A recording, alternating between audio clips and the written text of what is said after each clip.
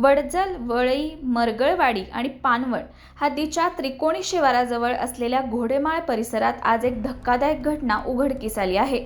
Mhaswad police ठाण्यात missing दाखल असलेले ढाकणी येथील दत्तात्रय नारायण ओंबासे हे आज मृतावस्थेत आढळून आल्याने संपूर्ण परिसरात खळबळ उडाली आहे।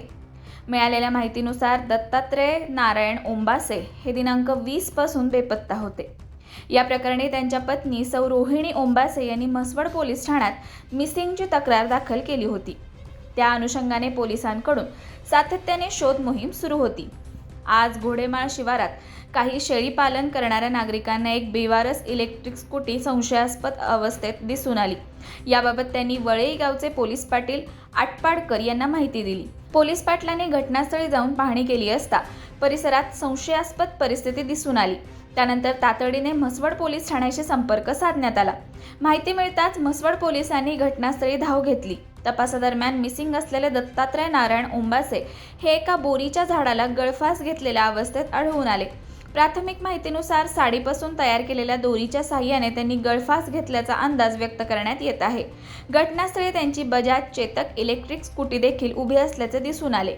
हीच स्कूटी घेऊन ते घरातून बाहेर पडल्याची माहिती समोर आली आहे।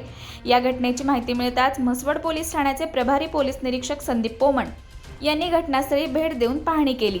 सध्या पोलिसांकडून पंचनामा सुरू असून मृतदेह शवविच्छेदनासाठी पाठवण्याची प्रक्रिया सुरू आहे।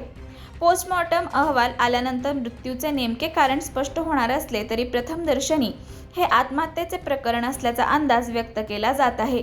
या घटनेमुळे परिसरात हळहळ व्यक्त होत असून पुढील तपास म्हसवड पोलीस करत आहेत। अशाच ताज्या आणि विश्वासार्ह बातम्यांसाठी आपल्या खबर गावाकडचे न्यूज चॅनलला सबस्क्राईब करा, व्हिडिओला लाईक करा आणि शेअर करायला विसरू नका।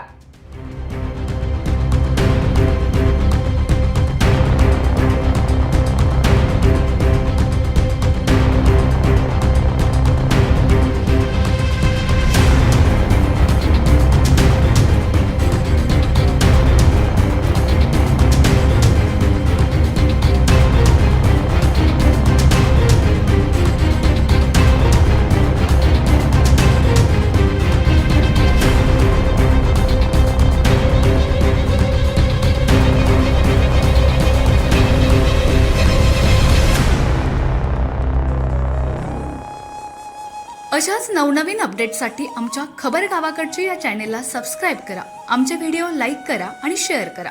धन्यवाद।